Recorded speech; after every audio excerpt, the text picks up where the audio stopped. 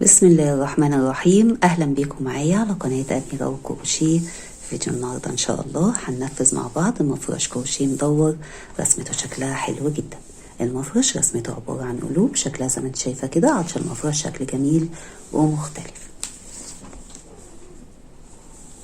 انت هنا ممكن تشتغلي مفرش كمفرش، وممكن كمان تعمليه كسجادة للأرضية، وممكن تعمليه كوستر للأرض.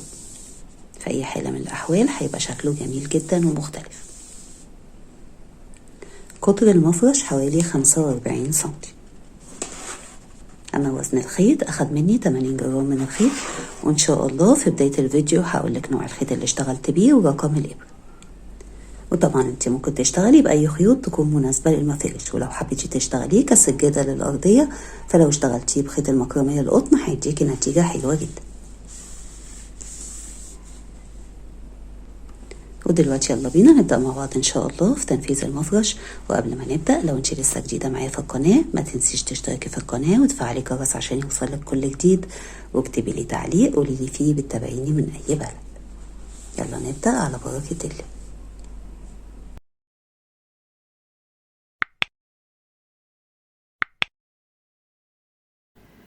نبدأ بسم الله الرحمن الرحيم. انا هشتغل المفرش بخيط اسمه ناكو برلانتا، وهشتغله بإبرة مقاس 2.5 الألمونيوم. انت هتشتغلي بالخيوط المتوفرة عندك، سواء قطن او خيط مكرمية قطن او خيط حرير سلسلة.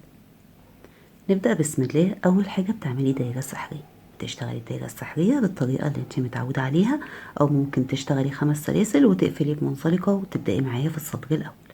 السطر الأول بدايته بترتفعي سلسلة وتدخلي كده وتسحبي اللفة وتقفلي على اللفتين مع بعض. كده اشتغلنا غرزة حشو. بعدها بتشتغلي سلسلة، وده كده يعتبر أول عمود معانا في السطر. بعد كده بتشتغلي سلسلتين، 1 2، يعني احنا كده اشتغلنا حشو و3 سلاسل. حشو والسلسلة دول عمود، والسلسلتين فرق ما بين العمود والعمود اللي بعده. بعد كده هتدخلي جوه الحلقة تشتغلي 7 من العمود سلسلتين. كده أول عمود وبعده سلسلتين، تاني عمود وبعده سلسلتين، تالت عمود وبعده سلسلتين. هتكرري كده لحد ما تكمليهم 7 من العمود سلسلتين. انا كده كملتهم 7 من العمود سلسلتين. بعد اخر سلسلتين بتقفلي بمنزلقة على السلسلة، بتسيبي غرزة الحشو وبتقفلي بمنزلقة على السلسلة، ويبقى باقي عندك بعدها سلسلتين اللي هما الفرق ما بين العمود والعمود اللي بعده. والمنزلقة كده بتسحبي الخيط وبتعديه من على اللفة اللي عليه. بعد كده بتضيقي الدايرة السحرية، بتسحبي الخيط وبتضيقيها بالشكل ده. تمام. وبعد كده بقى بنقفل الخيط بإبرة التقفيل تحت الشغل. تعدي بقى كده عشان تتأكدي من عدد الأعمدة. عندنا من العمود سلسلتين 8 بما فيهم الحشو والسلسلة. 1 2 3 4 5 6 7 8. بعد ما قفلتي الخيط كويس في ظهر الشغل هنشتغل في السطر التاني. السطر التاني بتدخلي جوه السلسلتين وتسحبي الخيط وبتشتغلي منزلقة، بتعدي من على اللفة اللي عليها. كده احنا عملنا منزلقة. بعد كده بترتفعي سلسلتين، 1 2 باعتبارهم عمود، وتدخلي جوه السلسلتين تشتغلي عمودين، 1 2. احنا كده اشتغلنا جوه السلسلتين 3 أعمدة باعتبار السلسلتين أول عمود. سلسلتين وبتدخلي جوه السلسلتين اللي بعدهم تشتغلي 3 أعمدة، 1 2 3. سلسلتين وبتكرري، بتدخلي جوه كل واحدة من السلسلتين تشتغلي 3 أعمدة وبعدهم سلسلتين، 3 أعمدة وسلسلتين. والجزء بيتكرر في السطر 8 مرات. هتكرري كده 3 أعمدة سلسلتين لحد آخر السطر. آخر السطر التاني بعد ما اشتغلتي 8 من ال3 أعمدة سلسلتين، بعد آخر سلسلتين بتقفلي بمنزلقة على تاني سلسلة من سلاسل الارتفاع. تدخلي الإبرة جوه تاني سلسلة وتسحبي الخيط وتعديه من على اللفة اللي على الإبرة بمنزلقة. السطر التالت بدايته هتدخلي بمنزلقة على أول عمود يقابلك اللي هو يعتبر تاني عمود معانا، ومنزلقة على العمود اللي بعده، ومنزلقة جوه السلاسل. هترتفعي سلسلتين باعتبارهم عمود وتدخلي جوه السلسلتين تشتغلي عمود سلسلتين عمودين، 1 2. كده احنا اشتغلنا جوه السلسلتين عمودين سلسلتين عمودين، سلسلتين وتروحي على السلسلتين اللي بعدهم تشتغلي جواهم عمودين سلسلتين وعمودين.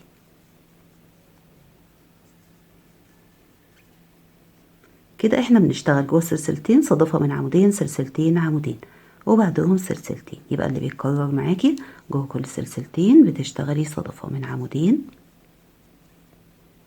وسلسلتين عمودين، وبعد الصدفة بتشتغلي سلسلتين. هو ده كده الجزء اللي هيتكرر معاكي لحد اخر السطر. اخر السطر التالت بعد ما اشتغلتي اخر سلسلتين بتقفلي بمنزلقة على تاني سلسلة من سلاسل الارتفاع، تسحبي الخيط وبتعديه من على اللفة اللي عليه. السطر الرابع بدايته بنسيب اول عمود مش بنشتغل عليه، فهتدخلي بمنزلقة على اول عمود يقابلك اللي هو يعتبر معانا تاني عمود، تسحبي اللفة كده وتعديها من على اللفة اللي عليه، يبقى احنا دخلنا بمنزلقة على تاني عمود. هترتفعي سلسلتين 1 2 باعتبارهم عمود اشتغلناه على تاني عمود، وبتدخلي جوه السلسلتين تشتغلي الصدفة اللي من عمودين سلسلتين عمودين، عمودين وسلسلتين عمودين، 1 2، وعلى اول عمود بتشتغلي عمود. فاحنا كده سيبنا اول عمود ما اشتغلناش عليه وسيبنا اخر عمود، فبقى عندنا 3 اعمدة سلسلتين 3 اعمدة. بتشتغلي بعد كده سلسلتين وتروحي على الصدفة اللي بعدها، يعني السلسلتين هيعدوا من فوق السلسلتين. هتسيبي اول عمود وعلى العمود التاني من الصدفة بتشتغلي عمود، تدخلي جوه السلسلتين تشتغلي عمودين سلسلتين وعمودين،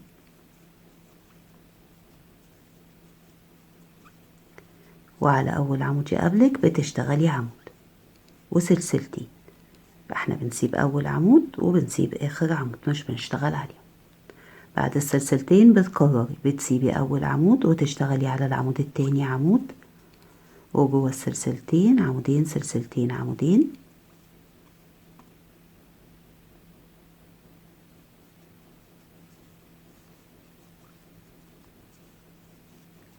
وعلى اول عمود عمود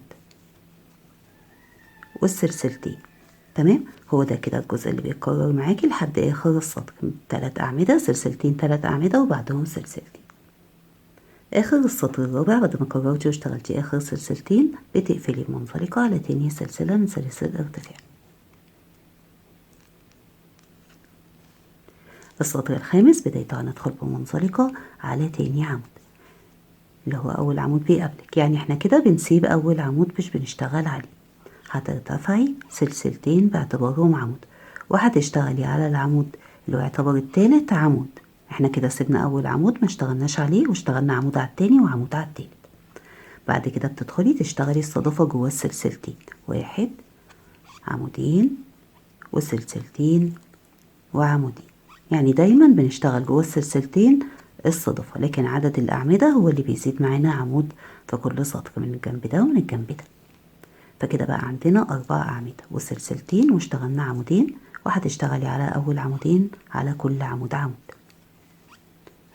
وبتسيبي العمود الأخير ما بتشتغليش عليه. فكده بقى عندنا 4 أعمدة سلسلتين 4 أعمدة، سلسلتين يعدوا من فوق السلسلتين ويبدأ الجزء يتكرر معاكي. أنا هشتغله معاكي وانت بتكرريه لحد آخر السطر. هتسيبي أول عمود وبتشتغلي عمودين على كل عمود عمود، عمود على تاني عمود وعمود على التالت. جوه السلسلتين بتشتغلي نفس الصدفة اللي هي عمودين سلسلتين وعمودين،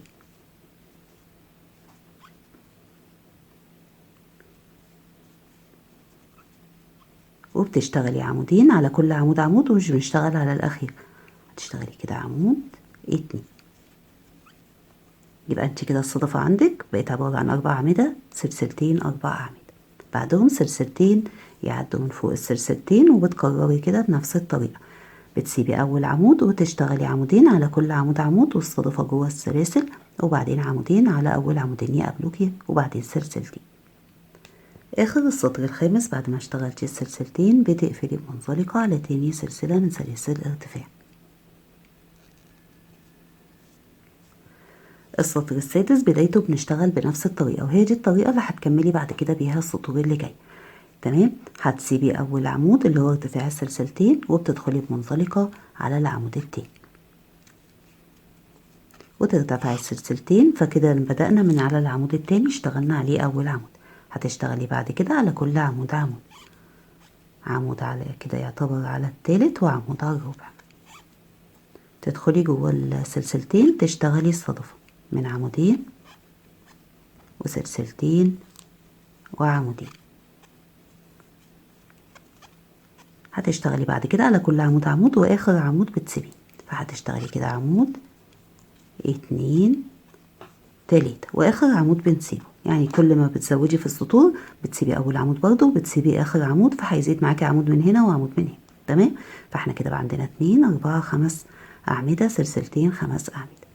السلسلتين بيعدوا من فوق السلسلتين وبتكرري بتسيبي اول عمود وتشتغلي على كل عمود كده 2 وكده 3 وجوه السلسلتين نفس الصدفة اللي هي عمودين وسلسلتين وعمودين.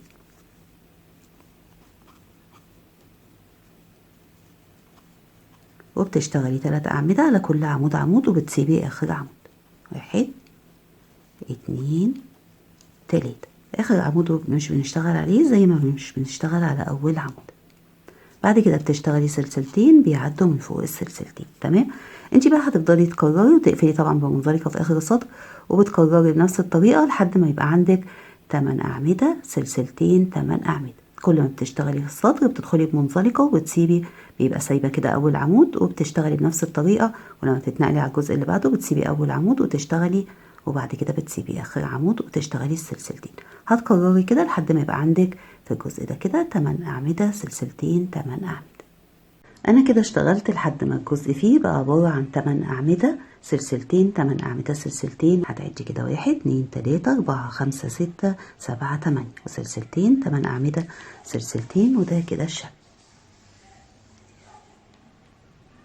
احنا لحد السطر التاسع كنا بنزود في عدد الأعمدة. ابتداء من السطر العاشر هيقل عدد الأعمدة معانا في الجزء ده وهيتكون ما بين الجزء واللي بعده قلب. تمام، السطر العاشر بدايته بنسيب أول عمودين في الجزء، فهتدخلي بمنزلقة على تاني عمود اللي هو أول عمود يقابلك ومنزلقة على العمود اللي بعده.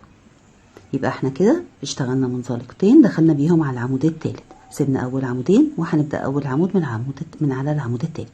هترتفعي سلسلتين باعتبارهم عمود اشتغلناه على تالت عمود، على رابع عمود وتشتغلي عمود، وهنشتغل بقى على كل عمود كده 2 3 4 5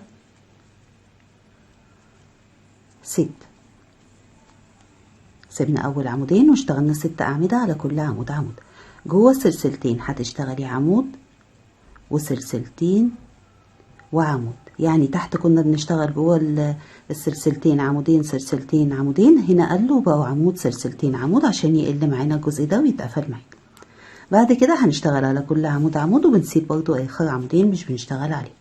هتشتغلي كده عمود 2 3 4 5 6. ومش هنشتغل على آخر عمودين، سيبنا أول عمودين وآخر عمودين، فكده بقى عندنا 7 أعمدة، سلسلتين 7 أعمدة بعد ما كانوا تحت 8.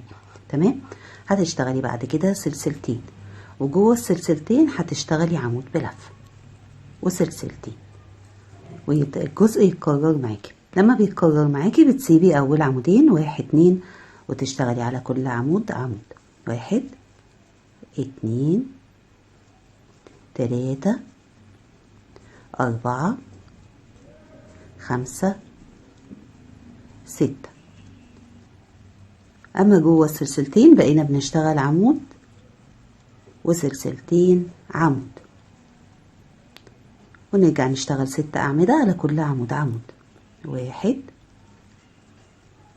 2 3 4 5 6. هيتبقى عندك عمودين مش بنشتغل عليهم، سلسلتين، جوه السلسلتين بتشتغلي عمود وبعده سلسلتين. هتكرري الجزء ده كده، بتسيبي اول عمودين زي ما انت شايفه وبتسيبي اخر عمودين. هتكرري كده من اول عمود لحد السلسلتين اللي بعد العمود اللي اشتغلناه جوه السلاسل. اخر السطر العاشر بعد ما كررتي واشتغلتي اخر سلسلتين عمود سلسلتين، بتقفلي بمنزلقه على تاني سلسله من سلاسل الارتفاع. ده كده شكل السطر. السطر ال11 بدايته بنسيب اول عمودين، فبتدخلي منزلقه على تاني عمود ومنزلقه على التالت، وبترتفعي سلسلتين، ودول بنعتبرهم اول عمود اشتغلناه على تالت عمود، يعني احنا كده سيبنا اول عمودين. هتشتغلي على العمود الرابع عمود، كده بقى عندنا عمودين، على اللي بعده 3 4 5، وجوه السلسلتين هتشتغلي عمود سلسلتين عمود عمود وسلسلتين وعمود، فكده بقى عندنا 6 أعمدة، كان تحت 7 بقوا 6. هتشتغلي على كل عمود عمود وبتسيبي آخر عمودين مش بتشتغلي عليهم. كده عمود 2 3 4 5، فكده بقى عندنا 6 أعمدة، آخر عمودين مش بنشتغل عليهم. كده 6 أعمدة، سلسلتين 6 أعمدة، سلسلتين، وجوه أول سلسلتين هتشتغلي عمود، سلسلتين، جوه تاني سلسلتين هتشتغلي عمود وبعده سلسلتين، ويبدأ الجزء يتكرر معاكي. لما بيتكرر معاكي بتسيبي أول عمودين، وابتداء من التالت بتشتغلي على كل عمود عمود، عمود 2 3 4 5. جوه السلسلتين هتشتغلي عمود سلسلتين عمود عمود سلسلتين وعمود، وتشتغلي 5 أعمدة على كل عمود عمود، 1 2 3 4 5، والعمود اللي اشتغلناه جوه السلسلتين كده بقى عندنا 6 أعمدة، سلسلتين، عندنا سلسلتين، هتدخلي جوه السلسلتين اللي قبل العمود تشتغلي عمود وبعده سلسلتين، والسلسلتين اللي بعد العمود بتشتغلي جواهم عمود وبعده سلسلتين، وتبدأي تكرري، بتسيبي أول عمودين وبتكرري كده من أول العمود لحد السلسلتين اللي بعد العمود. آخر السطر ال11 بعد ما كررتي واشتغلتي آخر سلسلتين بتقفلي بمنزلقة على تاني سلسلة من سلاسل الارتفاع.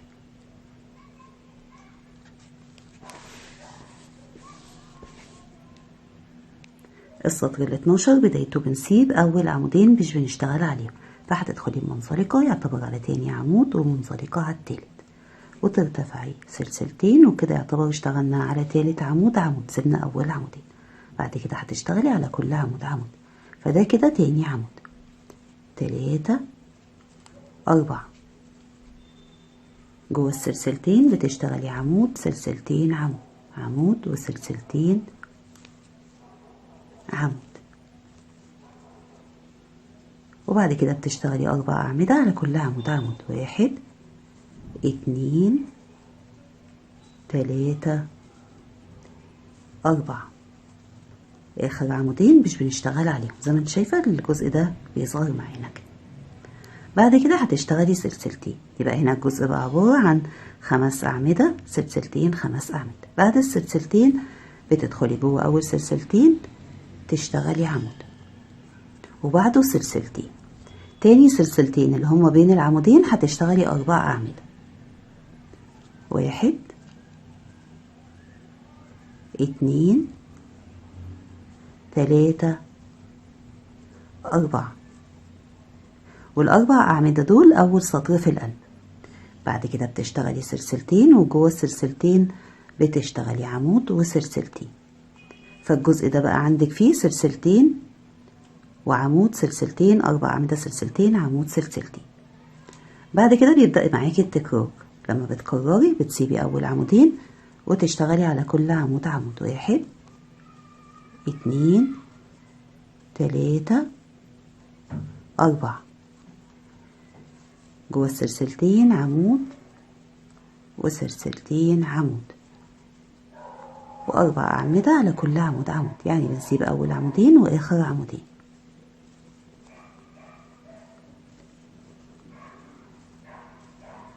بعد ما اشتغلتي 4 أعمدة على كل عمود عمود بيتبقى عندك عمودين مش بنشتغل عليهم. سلسلتين عمود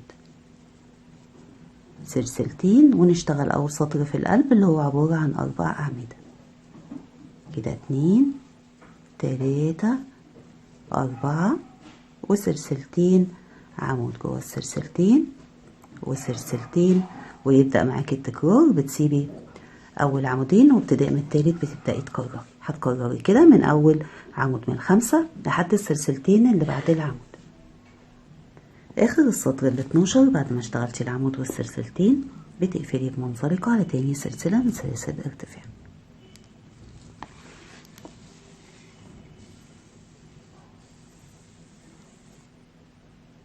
السطر ال13 بدايته بنسيب أول عمودين، فبتدخلي بمنزلقة على تاني عمود ومنزلقة على التالت، وعلى التالت هترتفعي سلسلتين 1 2 ودول أول عمود معانا. بعد كده بتشتغلي عمودين على كل عمود عمود، 1 2، يعني احنا كان عندنا 5 أعمدة تحت، سيبنا أول عمودين واشتغلنا 3 أعمدة على التالت والرابع والخامس. جوه السلسلتين هتشتغلي عمود سلسلتين وعمود. بعد كده بتشتغلي 3 أعمدة على كل عمود عمود، 1 2 3، وبتسيبي آخر عمودين مش بتشتغلي عليهم، فكده عندنا 4 أعمدة سلسلتين 4 أعمدة سلسلتين.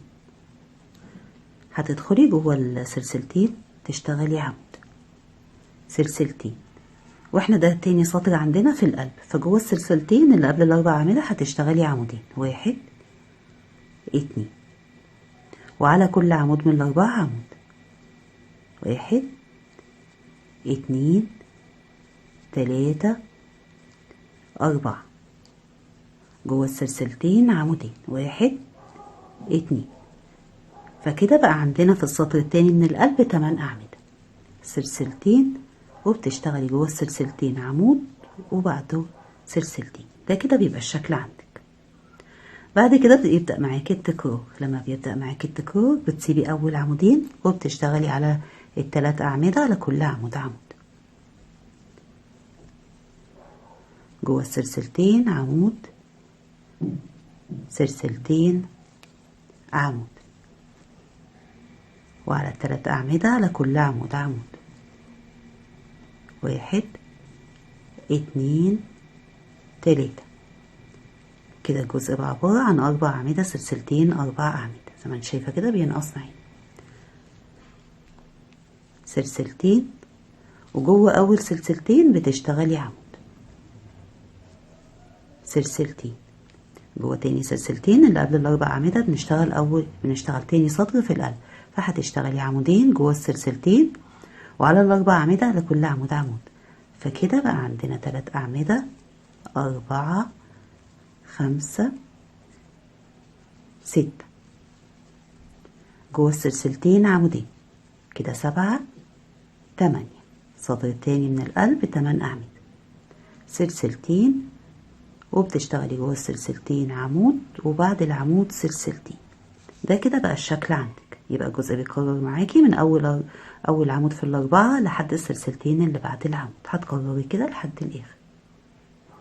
آخر السطر 13 بعد ما كررتي واشتغلتي آخر سلسلتين بعد العمود هتدخلي وتقفلي بمنزلقة على تاني سلسلة من سلاسل ارتفاع.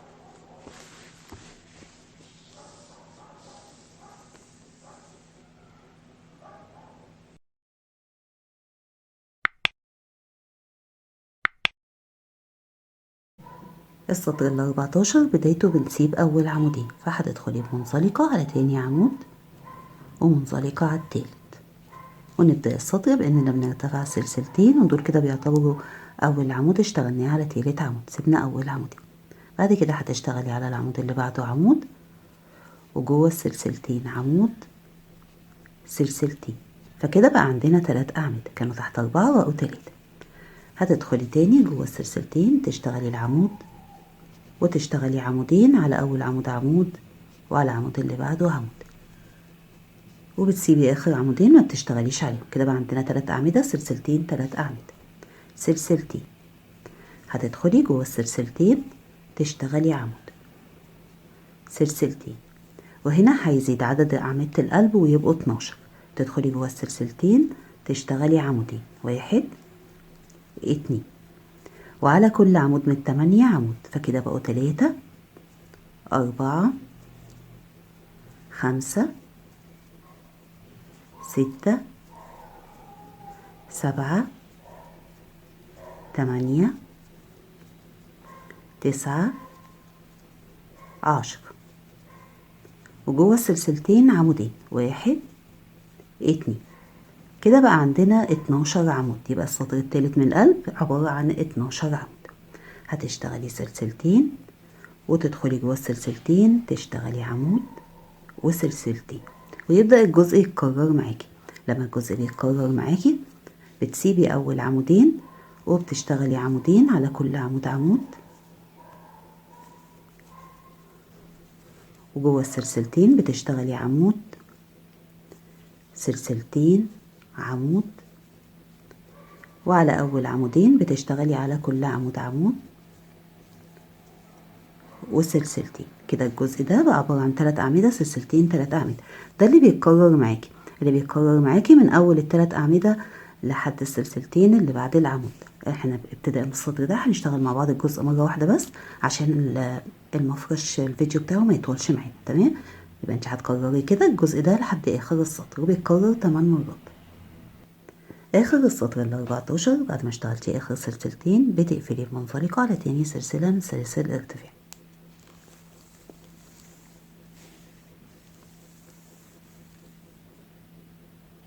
السطر ال15 بدايته بتسيب أول عمودين، فبتدخلي بمنزلقة على يعتبر تاني عمود ومنزلقة على التالت، وهترتفعي سلسلتين.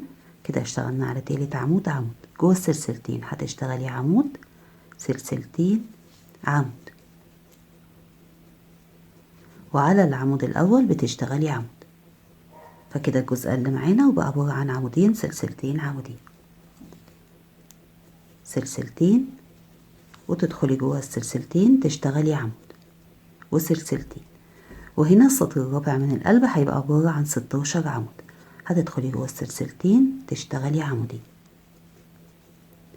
وعلى كل عمود من ال12 بتشتغلي عمود. فكده 3 4 5 6 7 8 9 10 11 12 13 14. جوه السلسلتين هتشتغلي عمودين، كده 15 16. عندنا كده 16 عمود سلسلتين، وبتشتغلي جوه السلسلتين عمود وسلسلتين. ده كده بيبقى الشكل عندك. تمام؟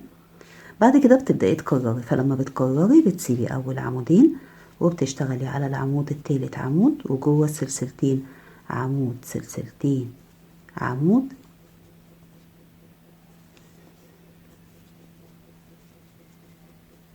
وعلى أول عمود عمود، وبتسيبي برضو آخر عمودين. بتسيبي العمودين وتسيبنا من هنا عمودين، بقى عندنا عمودين سلسلتين عمودين وسلسلتين. وده الجزء اللي بيتكرر معاكي، اللي بيتكرر معاكي من أول عمودين سلسلتين عمودين لحد السلسلتين اللي بعد العمود. هتكرري كده ونرجع نكمل. آخر السطر ال15 بعد ما كررتي واشتغلتي سلسلتين عمود سلسلتين بتقفلي المنزلقة على تاني سلسلة من سلاسل الارتفاع. السطر ال16 بدايته هتدخلي بمنزلقة على العمود ومنزلقة جوه السلسلتين، وهترتفعي سلسلتين باعتبارهم عمود وتدخلي جوه السلسلتين تشتغلي عمود. احنا كده خلاص معانا الشكل ده كده. تمام؟ بقى عندنا آخر سطر منه عبارة عن عمودين. هتشتغلي بعد العمودين سلسلتين، وتدخلي جوه أول سلسلتين تشتغلي عمود سلسلتين، تدخلي جوه السلسلتين اللي بعدهم تشتغلي عمود وسلسلتين. تمام، يبقى احنا كده عندنا قبل القلب سلسلتين عمود سلسلتين عمود سلسلتين. هنا عدد أعمدة القلب هتفضل ثابتة اللي هم 16 عمود، يبقى السطر الخامس من القلب عبارة عن 16 عمود. هتشتغلي على أول عمود عمود، وعلى التاني عمود، على التالت عمود، وهتفضلي تشتغلي كده على كل عمود عمود لحد العمود ال16. بعد ما اشتغلتي على كل عمود من ال16 عمود بقى عندك 16 عمود. هتشتغلي سلسلتين وتدخلي جوه أول سلسلتين تشتغلي عمود، سلسلتين جوه تاني سلسلتين تشتغلي عمود وسلسلتين.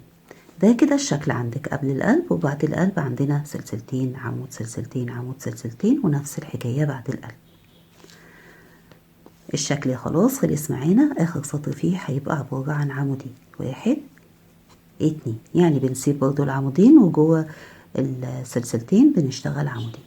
هتشتغلي بعد كده سلسلتين وبتكرر، اللي بيتكرر معاكي من اول العمودين اللي بنشتغلهم جوه السلسلتين لحد السلسلتين اللي بعد العمود. هتكرري كده لحد اخر السطر.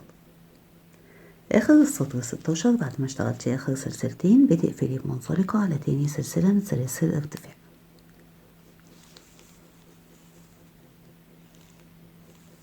السطر 17 بداية هتدخلي بمنزلقة على العمود، ومنزلقة على أول سلسلة من السلسلتين.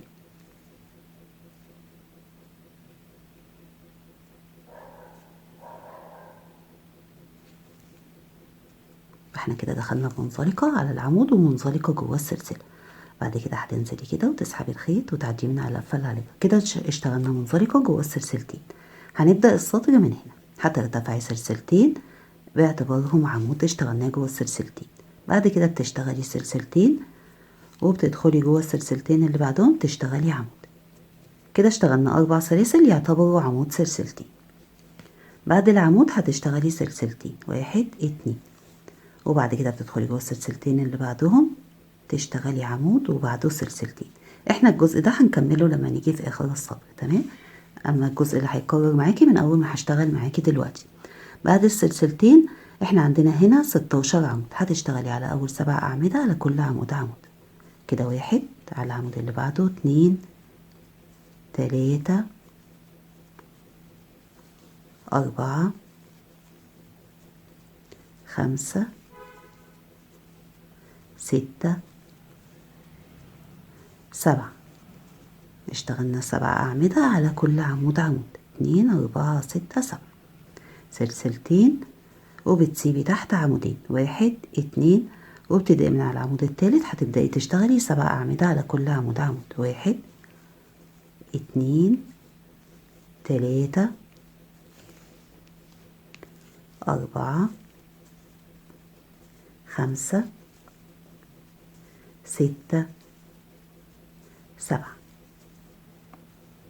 ده كده شكل القلب. عندنا فيه 7 أعمدة، سلسلتين 7 أعمدة، وده كده السطر السادس منه، 1 2 3 4 5 6. بعد القلب بقى اللي هو ال7 أعمدة رقم 2، هو ده الجزء اللي هيبان فيه بقى عدد الأعمدة هيبقى قد ايه.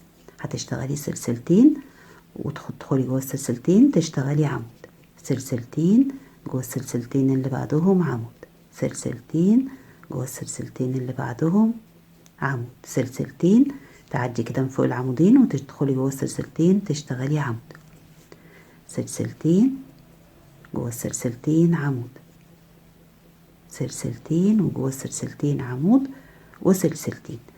احنا كده من بعد القلب عندنا 1 2 3 4 5 6 من العمود، ما بين كل عمود واللي بعده سلسلتين. بعد كده بقى بيبدأ معاكي التكرار بانك بتشتغلي على اول 7 أعمدة على كل عمود عمود، وبعدين سلسلتين وتسيبي عمودين وتشتغلي 7 أعمدة بنفس الطريقة كده. يبقى اللي هيتكرر معاكي من اول ما هتشتغلي في ال7 أعمدة لحد السلسلتين اللي قبل اول عمود من ال7. هتكرري كده لحد الاخر. اخر السطر ال17 بعد ما كررتي الجزء اللي اشتغلناه مع بعض، هنكمل الجزء اللي كنا بدأناه في الاول. فبعد ال7 أعمدة سلسلتين 7 أعمدة، يعني بعد القلب هتشتغلي سلسلتين وتدخلي جوه اول سلسلتين تشتغلي عمود، سلسلتين جوه السلسلتين اللي بعدهم تاني عمود، سلسلتين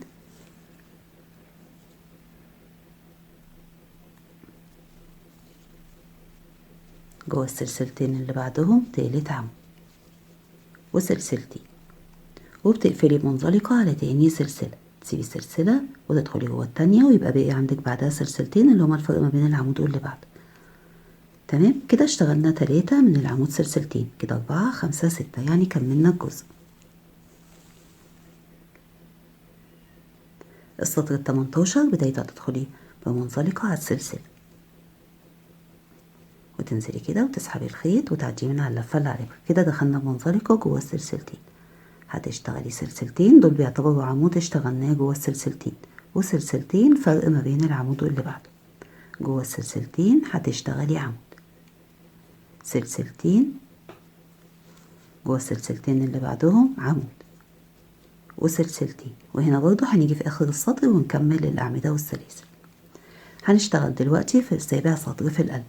هتسيبي اول عمود وبنشتغل ابتداء من التاني 5 اعمدة على كل عمود عمود، 1 2 3 4 5. كده احنا سيبنا اول عمود في القلب وسيبنا اخر عمود الاول والسابع واشتغلنا 5 اعمدة. سلسلتين، جوه السلسلتين بتشتغلي عمود، سلسلتين وبتشتغلي 5 اعمدة. هتسيبي برضو اول عمود وتشتغلي 5 اعمدة ابتداء من التاني، 1 2 3 4 5. ده كده شكل القلب عندي. بعديه بقى هيبقى عندنا 7 من العمود ما بين كل عمود واللي بعده سلسلتين، سلسلتين وبتدخلي جوه السلسلتين تشتغلي اول عمود من 7، سلسلتين جوه السلسلتين اللي بعدهم كده 2 سلسلتين، كده 3، يعني بنشتغل جوه السلسلتين، سلسلتين كده 4 سلسلتين 5 سلسلتين 6 سلسلتين 7 وسلسلتين. يبقى احنا ما بين القلب والقلب اللي بعده عندنا 7 من العمود، ما بين كل عمود واللي بعده سلسلتين، 1 2 3 4 5 6 7. بعد كده بقى بيبدأ الجزء يتكرر معاكي من اول ال5 اعمدة. بعد السلسلتين بتسيبي عمود وتبدأي تشتغلي في ال5 اعمدة بتوع القلب. تمام، هتشتغلي بقى 5 اعمدة وبتكرري بنفس الطريقة من اول ال5 اعمدة لحد السلسلتين اللي قبل ال5 اعمدة اللي بعدهم، هتكرري كده بنفس الطريقة لحد اخر السطر. اخر السطر ال18 بعد ما اشتغلتي في القلب واشتغلتي السلسلتين اللي بعد ال5 اعمدة بنكمل الجزء اللي بدأناه في اول السطر. هتشتغلي عمود جوه السلسلتين وسلسلتين، عمود جوه السلسلتين، سلسلتين، عمود جوه السلسلتين، سلسلتين، عمود وسلسلتين، واخر السطر بنقفل على تاني سلسلة من سلاسل الارتفاع وبيبقى عندك بعدها سلسلتين، هتقفلي كده بمنزلقة. فكده كمل الجزء وبقى عندنا ما بين القلب واللي بعده 7 من العمود، ما بين كل عمود واللي بعده سلسلتين، 1 2 3 4 5 6 7. السطر 19 بدايته بتدخلي بمنزلقة جوه أول سلسلة وبتنزلي كده تحت السلسلتين، تقفلي اللفة كده، قفلنا بمنزلقة. تمام، يعني دخلنا بمنزلقة تحت السلسلتين. بعد كده بترتفعي سلسلتين باعتبارهم عمود وتشتغلي سلسلتين فرق ما بين العمود واللي بعده، كده اشتغلنا 4 سلاسل، 2 عمود وسلسلتين فرق. هتدخلي جوه السلسلتين تشتغلي عمود، سلسلتين، جوه السلسلتين اللي بعدهم عمود، سلسلتين. هنا عندنا 5 أعمدة، هتسيبي أول عمود والتاني وعلى التالت هتشتغلي عمود، سلسلتين 1 2، وبتسيبي العمودين تدخلي جوه السلسلتين تشتغلي عمود، سلسلتين، جوه السلسلتين اللي بعدهم عمود. كده السطر كله زي ما انت شايفه كده هيمشي معانا عبارة عن سلسلتين عمود بالطريقة اللي انت شايفاها، سلسلتين وبتسيبي عمود 2 وعلى التالت بتشتغلي عمود، سلسلتين، جوه السلسلتين اللي بعد القلب بتشتغلي عمود،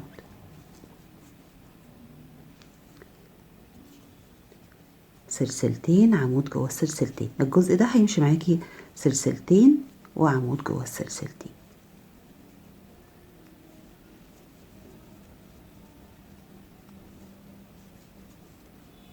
سلسلتين، عمود جوه السلسلتين.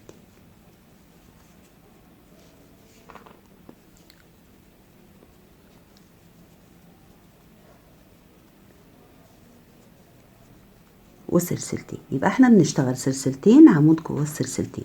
ولما بنيجي في الجزء اللي فيه القلب بعد السلسلتين بنشتغل عمود على تالت عمود. بنسيب الاول والتاني ونشتغل العمود على التالت. هو ده الاختلاف، كله العمود جوه السلاسل، اما عند القلب بيبقى العمود على العمود التالت.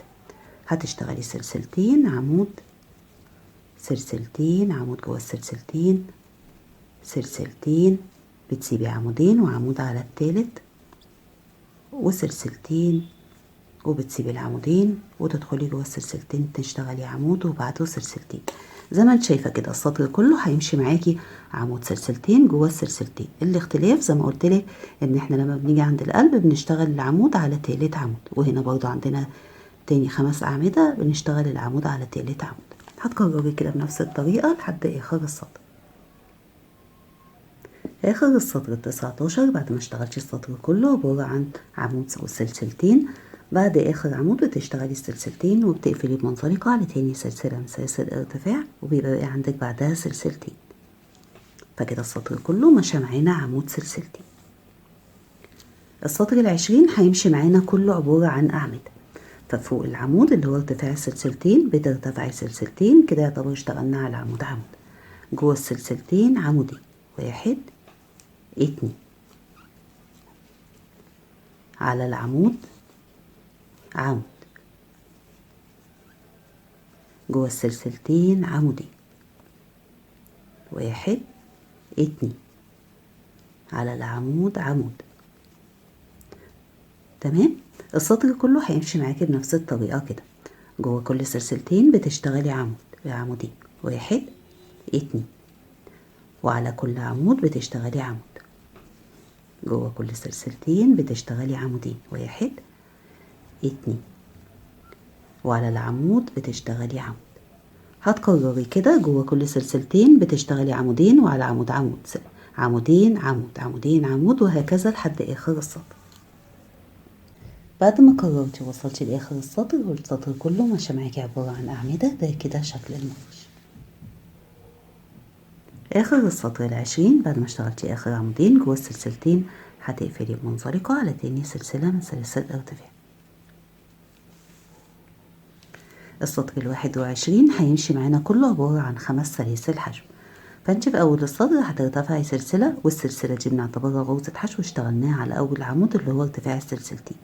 بعدها 5 سلاسل، 1 2 3 4 5. يبقى احنا كده اشتغلنا 6 سلاسل، اول سلسلة منهم تعتبر غرزة حشو. بعد كده هتسيبي 3 اعمدة، 1 2 3، وعلى العمود الرابع بتشتغلي غرزة حشو. بعدها 5 سلاسل، 1 2 3 4 5، تسيبي عمود 2 3، وعلى الرابع غرزة حشو. 1 2 3 4 5، هتسيبي 3 أعمدة، وعلى العمود الرابع بتشتغلي غرزة حشو. وهو ده اللي بيتكرر معاكي لحد آخر السطر.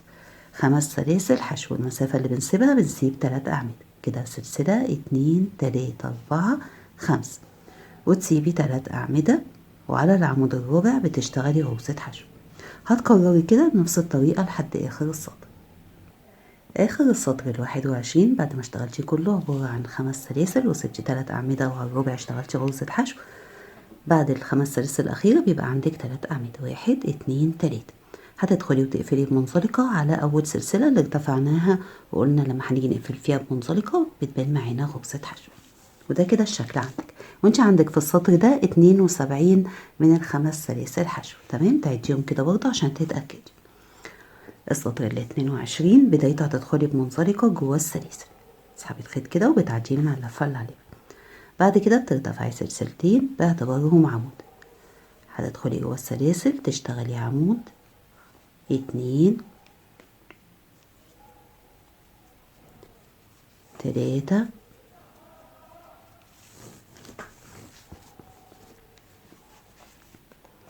4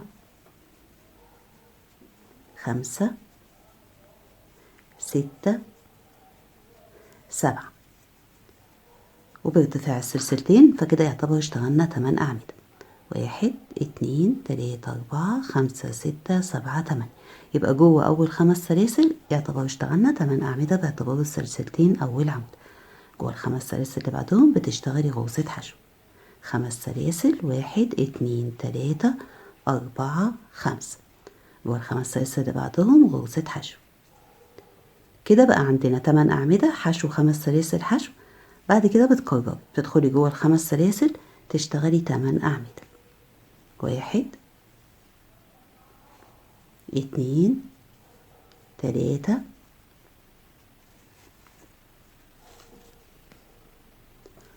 4 5 6 7 8. بعد ما بتشتغلي 8 أعمدة تدخلي جوه ال5 سلاسل اللي بعدهم تشتغلي غرزة حشو. بعد غرزة الحشو 5 سلاسل 1 2 3 4 5. وال5 سلاسل اللي بعدهم غرزة حشو.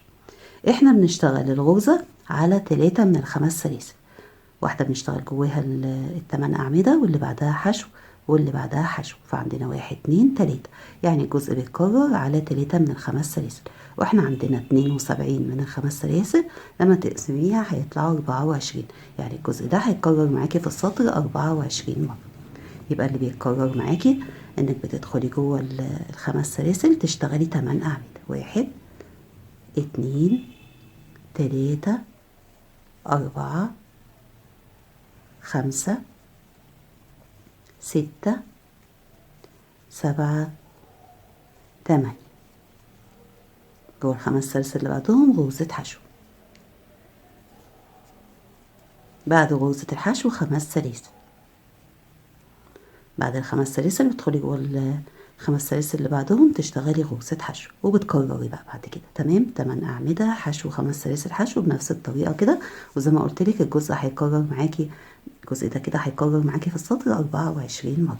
هتكرري كده وهنيجي نقفل السطر في الآخر. آخر السطر ال22 بعد ما اشتغلتي آخر 8 أعمدة هيبقى فاضل عندك 2 من ال5 سلاسل. بتدخلي جوه أول واحدة تشتغلي غرزة حشو. بعدها 5 سلاسل 1 2 3 4 5. جوه تاني واحدة غرزة حشو وبتقفلي بمنزلقة على تاني سلسلة من سلاسل الارتفاع. ده كده شكل السطر عندي. السطر ال23 وده آخر سطر معانا في المفرش. بداية السطر بترتفعي سلسلتين باعتبارهم عمود اشتغلناه على أول عمود. على تاني عمود بتشتغلي عمود. احنا هنا هنشتغل على الأعمدة غرزة بيكو بالطريقة اللي هتشوفيها. هتشتغلي 3 سلاسل وبتدخلي ما بين العمودين. احنا عندنا ارتفاع سلسلتين بيعتبر عمود. هتدخلي كده ما بين العمودين وتشتغلي غرزة حشو. على العمود اللي بعده بتشتغلي عمود، يعني احنا مشتغلناش بيكو على أول عمود. تمام، اشتغلنا على التاني وبنشتغل على التالت بنفس الطريقة. عمود على عمود 3 سلاسل غرزة حشو ما بين العمودين. دي كده هتدي شكل جمالي لنهاية المفرش. على العمود اللي بعده بتشتغلي عمود 3 سلاسل وبتدخلي كده ما بين العمودين وتشتغلي غرزة حشو. عمود على العمود اللي بعده 3 سلاسل، تدخلي ما بين العمودين تشتغلي غرزة حشو. على العمود اللي بعده بتشتغلي عمود 3 سلاسل، ما بين العمودين بتدخلي كده وتشتغلي غرزة حشو. على العمود اللي بعده بتشتغلي عمود 3 سلاسل غرزة حشو ما بين العمودين. على آخر عمود هتشتغلي عمود ومعلهوش بيكو. هتشتغلي العمود كده بس زي ما اشتغلنا على أول عمود عمود. تمام، ما معلوش بيكو، برضو اخر عمود معلوش بيكو. فكده احنا اشتغلنا على 8 اعمدة، على كل عمود عمود، لكن البيكو عندنا فيها 6، 1 2 3 4 5 6، عشان ما اشتغلناش على اول عمود ولا على اخر عمود. بعد كده بتروحي بقى جوه ال5 سلاسل تشتغلي غرزة حشو عشان تديكي الدوران ده كده. تمام. وبتكرري، اللي هيكرر معاكي هو اللي انا هشتغله معاكي دلوقتي. عندنا 8 اعمدة، على اول عمود بتشتغلي عمود، وعلى العمود التاني بتشتغلي عمود عليه بيكو، بتشتغلي العمود وبعده 3 سلاسل، وبتدخلي ما بين العمودين تشتغلي غرزة حشو. على التالت عمود 3 سلاسل، غرزة حشو ما بين العمودين. على الرابع عمود 3 سلاسل، غرزة حشو ما بين العمودين. على الخامس عمود 3 سلاسل، حشو ما بين العمودين، سهلة خالص. على السادس عمود 3 سلاسل، حشو ما بين العمودين. على السابع عمود 3 سلاسل، حشو ما بين العمودين. كده فاضل عندنا عمود اللي هو اخر عمود التامن، هنشتغل عليه عمود كده معلوش بيكو، فبيبقى عندنا 6 بيكو، 1 2 3 4 5 6. بعد كده بقى بتثبتيها بغرزة حشو جوه ال5 سلاسل، وتتنقلي على الجزء اللي بعده تشتغلي على اول عمود عمود معلوش بيكو، وبعد كده 6 من العمود على كل واحد بيكو، وعلى العمود التامن بتشتغلي عمود معلوش بيكو. هتكرري بنفس الشكل كده لحد اخر السطر، بتكرري بنفس الطريقة، وهيبقى عندك في السطر 24 من الجزء، يعني الجزء بيتكرر معانا 24 مرة. هتكرري كده ونرجع نقفل السطر. اخر السطر بعد ما وصلتي لاخر السطر واشتغلتي اخر جزء زي ما انت شايفة كده، بتشتغلي اخر غرزة حشو جوه اخر 5 سلاسل. واحنا هنا خلاص خلص معانا المفرش، فهنقفل على تاني سلسلة من سلاسل الارتفاع. هتدخلي كده جوه تاني سلسلة وتسحبي الخيط، تمام، وتاخدي لفة على الابرة، وبتسيبي حتة خيط كده عشان نقفل بيها، وبعد كده بتقصي الخيط. بعد ما قصيتي الخيط بتثبتي اللفة لتحت كده عشان تبقى في سوا السطر، وبتجيبي ابرة التقفيل وبتقفليه بقى كويس بالطريقة اللي هتشوفيها دي. تمام. هتدخلي كده تحت ارتفاع السلسلتين، تعدي كده من تحت السلسلتين،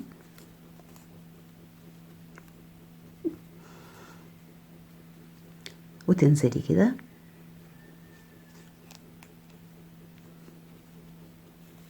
تمام. وبعد كده بقى بتعدي من تحت الأعمدة، تحت الأعمدة اللي كانت في السطر اللي قبله.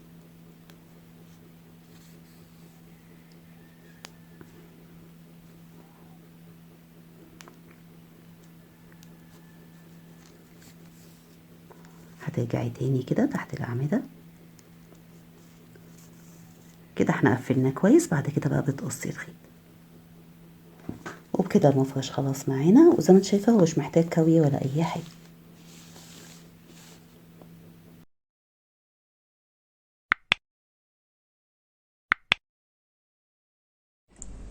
انا كده خلصت معاكي فيديو المفرش، اتمنى الشرح يكون كان واضح ليكي، وان شاء الله نتقابل في فيديو جديد. ولحد ما نتقابل اسيبكم في رعاية الله، والسلام عليكم ورحمة الله وبركاته.